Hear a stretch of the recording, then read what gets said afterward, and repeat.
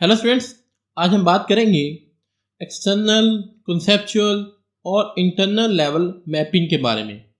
इससे पिछले लेक्चर के अंदर हम पढ़ चुके हैं कि हमारे 3 लेवल आर्किटेक्चर के अंदर 3 लेवल्स जो होते हैं उनमें पहला होता है इंटरनल, फिर आता है कंसेप्चुअल और फिर होता है हमारे पास एक्सटर्नल। आज हम इन तीनों लेवल्स के दरमियान मैपिंग को डिस्कस करेंगे। मैपिंग होती क्या है?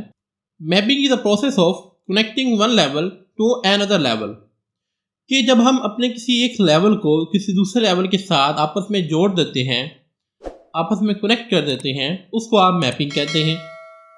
इन this process the data at one level is related to the data another level, यानी कि एक लेवल के डाटे को हम दूसरे लेवल के डाटे के साथ आपस में कनेक्ट कर देते हैं, जोड़ देते हैं। There are 2 levels of mapping. Database 3 level architecture के अंदर हमारे पास 2 लेवल्स की मैपिंग होती है, जिसमें से पहली है from the conceptual level to the internal level और दूसरी है from the external level to conceptual level. Conceptual to internal mapping की सबसे पहले बात करते हैं। The conceptual to internal mapping defines the correspondence between conceptual view and store database. इस लेवल के ऊपर बेसिकली हम जो हमारे कंसेप्चुअल लेवल का डाटा है और जो हमारी डेटाबेस है, इनके दरमियान हम आपस में मैपिंग करते हैं। आगे एक डायग्राम की मदद से इसको समझेंगे। It specifies how conceptual records and fields are represented at internal level. इसमें बेसिकली हम बताते हैं कि जो कंसेप्चुअल लेवल पे हमारे पास रिकॉर्ड्स या फील्ड्स होती हैं, उनको हम इंटरनल लेवल के अंदर किस तरह से रिप्रेजेंट करते हैं। हमने लास्ट लेक्चर के अंदर 3 लेवल आर्किटेक्चर की डायग्राम देखी थी।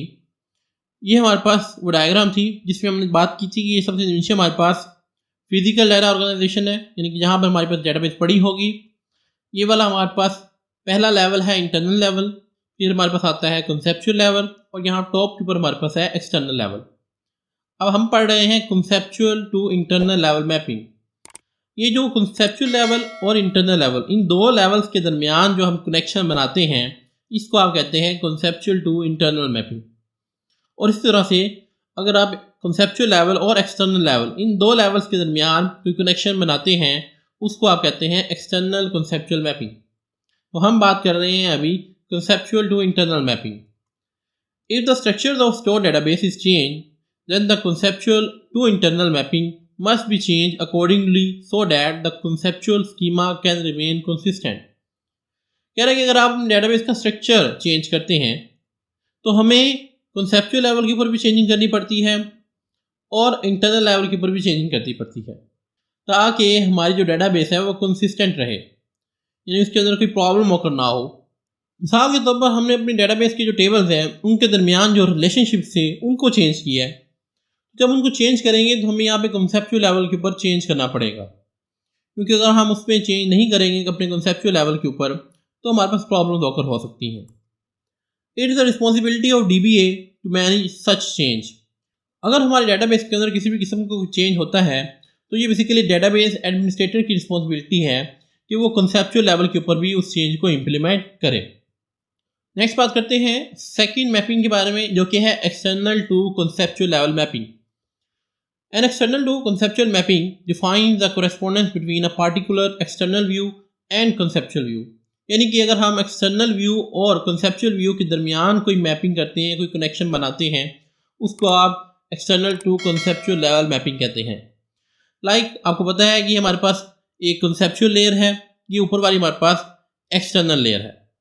लेट्स सपोज आपके पास ये एक्सटर्नल लेयर के ये 3 व्यूज़ हैं, व्यू 1 है, व्यू 2 है, व्यू 3 है, और कंसेप्चुअल लेयर के ऊपर आपने एक टेबल बनाया हुआ है और उस टेबल के अंदर आपके पास रोल नंबर है और आपके पास नेम की फील्ड है। अब देखिए, अगर आप इन तीनों व्यूज़ को देखें तो इन तीनों व्यूज़ के ऊपर जो आपका फॉर्मेट है, जो आपकी लेआउट है, वो चेंज है। व्यू 1 के अंदर हमने लिखा है नेम और रोल नंबर, ठीक है, ये इसके साथ मैच कर रहा है। व्यू 2 के ऊपर आपने लिखा है फर्स्ट नेम, लास्ट नेम और रोल नंबर। ये जो फील्ड्स हैं ये थोड़ी चेंज है।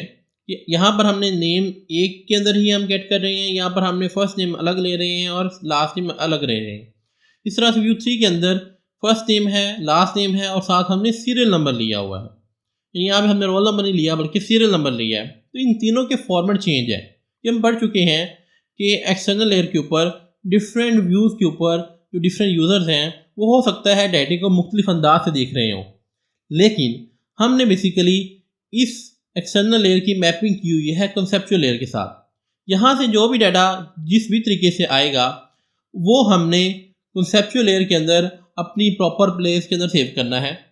मिसाल के तौर पर जब ये तीनों व्यूज़ अपना अपना लेट्स सपोज ये डाटा एंटर करते हैं तो टेबल के अंदर ये डाटा कुछ इस तरह से आएगा कि व्यू 1 से डाटा आया, रोल नंबर 3001 यहाँ पे सेव हो गया, उसका नेम आया अली रज़ा, वो यहाँ पर सेव हो गया। अब व्यू 2 से फर्स्ट नेम और लास्ट नेम आया, तो क्या करेगा conceptual layer basically first name और लास्ट नेम को इकट्ठा करके इमरान खान वो नेम के अंदर शो करवा देगी और रोल नंबर को रोल नंबर की फील्ड के अंदर सेव करवा देगी।